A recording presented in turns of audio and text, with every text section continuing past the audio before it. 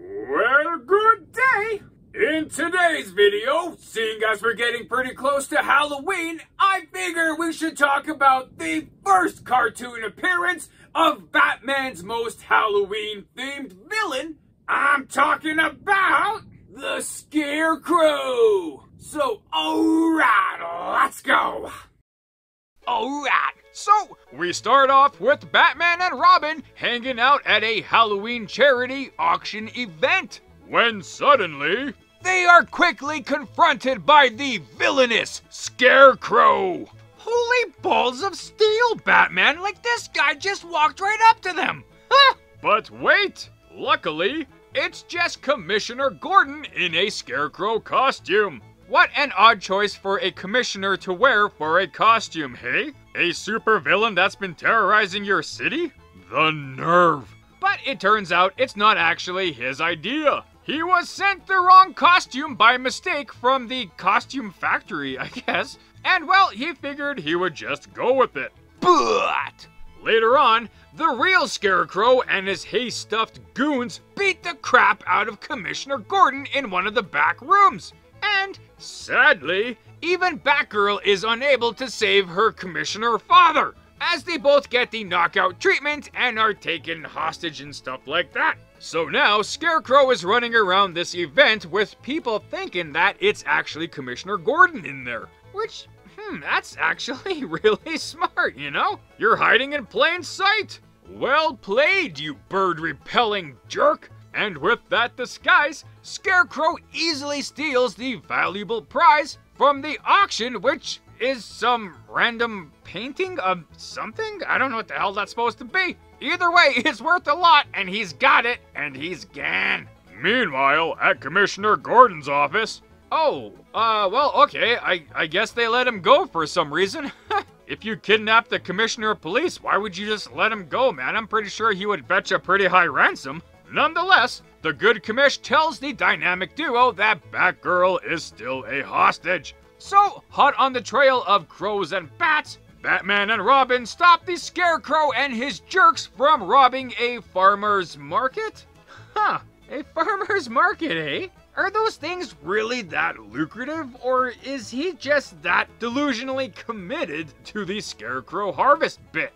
Later, at Scarecrow's barn hideout, Batgirl, despite being a hostage, is still pretty resourceful because she's Batgirl, right? And she does her best to escape, but unfortunately she fails and is recaptured. But at least before that, she was able to get a message out in the cornfield. If you build it, he will come. Oh, wait, no, sorry, wrong movie. But, basically the same kind of idea, because Batsy and Boy Wonder find her SOS message and start beating up Scarecrow's fellow fiends with random farm equipment.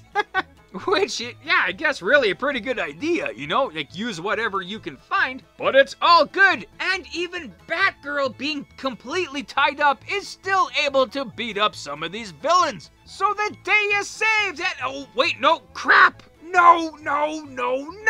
Batgirl, for some reason, dumped a whole bowl of Scarecrow's knockout eggs, and, well, the terrific trio are completely unconscious and are easily captured and tied up by Scarecrow. Holy jeez, hey? Worst plot twist ever, Batman. But it actually does get worse. Robin, the Boy Wonder, is stuck on an easily escapable conveyor belt that is headed toward the hay thresher.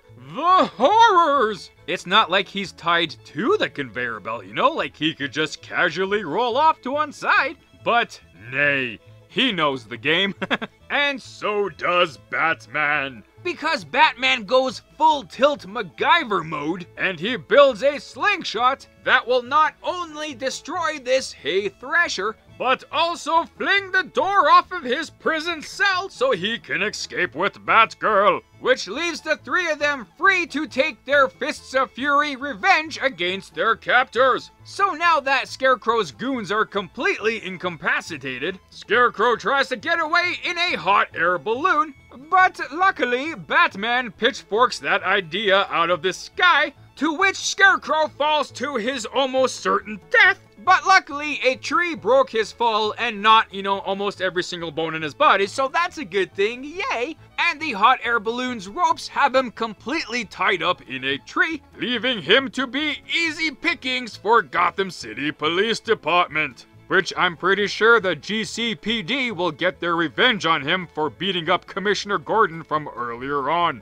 Sleep tight, Scarecrow, sleep tight. So now the day is saved, hooray! And with that, that is the end of this, Bat Tale. So, yeah, hey, that's the Scarecrow, hey? He don't look no Scarecrow-y to me. With that color palette, he kind of looks like a cheap Halloween costume of the Joker. And even at that, a non-threatening version of the Joker. Do you know who looks scarier than the Scarecrow in this episode? Those kids in like the 1930s who were dressing up in their random Halloween costumes, with whatever they could find. Like, holy crap, that is a lot more scary than this Scarecrow. And those kids weren't aiming to rob a bank or anything, man. They just wanted candy. So this version of the Scarecrow isn't exactly like the Scarecrow that we know today. Right? Like, Scarecrow has that fear toxin which he uses to terrorize people with their own fears. This Scarecrow, all he had was like knockout gas concealed in an egg. Not quite the same criminal chemical warfare that he uses, but I guess he's halfway there. There are some reasons for this, which I will get to later. So I guess we're assuming that after Scarecrow was captured, that painting that he stole was recovered, but there is no confirmation of that. So is that one of those bat failures that was swept under the rug? The other guest character in this episode was Batgirl.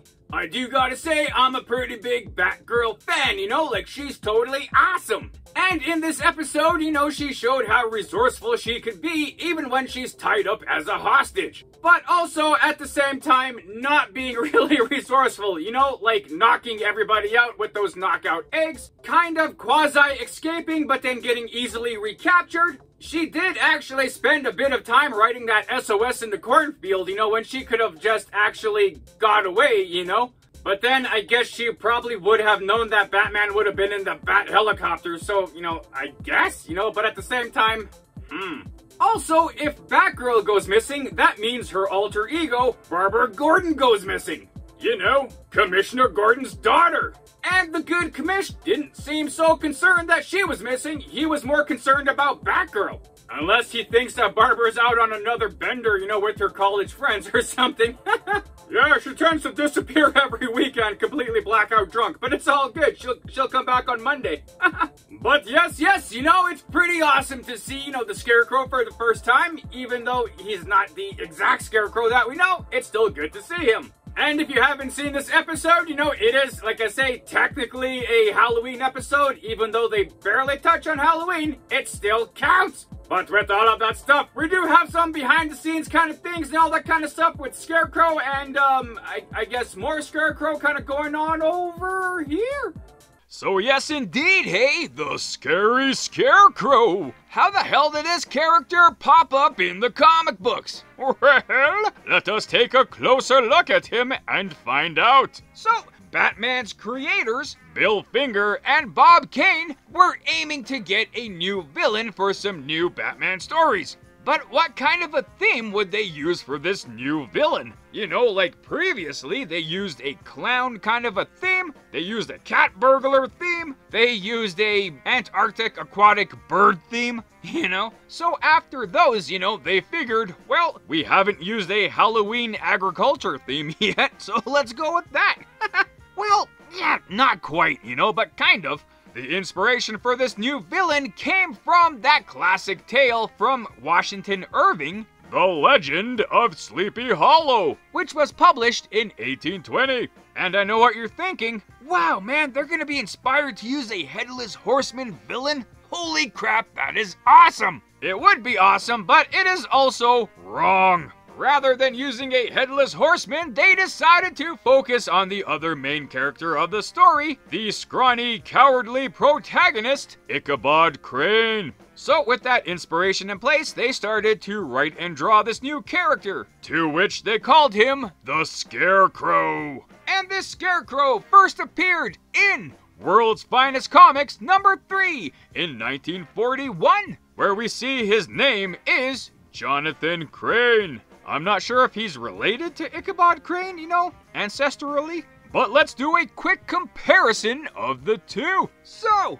Ichabod was a school teacher, or a schoolmaster as they were called back in those days. He was tall and lanky, and he was bullied a little bit by some of his peers. Jonathan Crane is also a teacher, but in this regard, he is a professor of psychology at Gotham University. He is also scrawny and lanky, and he also gets bullied by his peers. But because of his lanky appearance and his always wearing older clothes, his peers would refer to him as a Scarecrow. That, coupled with Jonathan's interest in fear and how fear is applied, he figured he should turn into a life of crime using fear-based crimes. Mostly to get some more money to buy books. Like, he could just steal the books. But what do I know about costume crime, hey? And seeing as his peers called him Scarecrow, he figured, yeah, that'll be my villain name. To which Batman pretty easily figured out that Jonathan Scarecrow Crane was the Scarecrow. But, you know, that's neither hither nor thither. So, you know, it's actually kind of funny and kind of sad. So, from the point of Scarecrow's first origin in 1941 to the original airing of his cartoon debut in 1968 with this featured episode, Scarecrow only appeared in the comics 4 times. Not really a popular character. Horribly unpopular, you know? He did not even appear in that classic Adam West Batman show. And that show had everybody, man. They even had King Tut and Egghead. Where the hell else do you see Egghead? Nowhere! Poor guy, Scarecrow. But one of the main problems with him was that he really wasn't that interesting of a character. Pretty basic, actually. In his 2 only Golden Age of Comics appearances, his use of fear-based crimes was actually just your basic, generic, mobster intimidation tactics. He would threaten and intimidate people behind a weapon, you know, either like a gun or a small explosive. The only difference between him and the mob was that he was wearing a costume and he had a fancy name. Okay, well, yeah, I guess mobsters do have fancy names, but still, you know, the costume, right? Not really that interesting. So it was in his 3rd comic book appearance and his first Silver Age appearance in Batman number 189 in 1967 that he finally started using some kind of chemicals to induce fear in his crimes. Which is so much more interesting and so much more unique, right? And from this point, he started using different ways to induce fear, either through a chemical spray from a distance, or he created a pill that he would swallow and he would basically emit fear pheromones, you know? Which is actually pretty cool. So now that this character was actually getting some decent concepts to him, he started to become a lot more popular. You would start to see him a whole lot more in the comic books, in other DC Comics cartoons, probably most notably in the Batman the Animated Series, which, you know, I still say is the best depiction of Batman, you know? But his Scarecrow character was pretty cool in that series. A bit more depth and all that stuff, you know? And also, we finally got our first live-action appearance of the Scarecrow in Batman Begins in 2005. Which was pretty awesome to see, and he did a really awesome job in that movie, even though he wasn't wearing a comic book accurate costume. But still, you know, a scary mask and some fear toxin, that's really all you need. So indeed, you know, there's really not a whole lot to the Scarecrow. That's pretty much it there. When there's more information on the guy, we'll get to it when we do. But for everything else, that's pretty much it. Yeah! So, with this, that, those, and the other things, I guess that's that. Also, if you're interested, I created my own comic book channel, 215 Comics. And currently, I have created my own cartoon series, The Adventures of the Density. And recently started a radio series featuring my newest character, Elastoma, with more titles to come. So if you want to check it out, I'll leave a link up top here to that channel and some links at the end of the video. Yeah! Right on, and there you go. So thanks for watching the video. I hope you liked it as much as I did making it. Also, feel free to check out the source material that I featured in this video. And if you want to leave a comment on anything you may have liked or things I might have missed in this, feel free to do so. Or anything else, just to say hi. That's cool too. And other than that, have a great day. Thanks.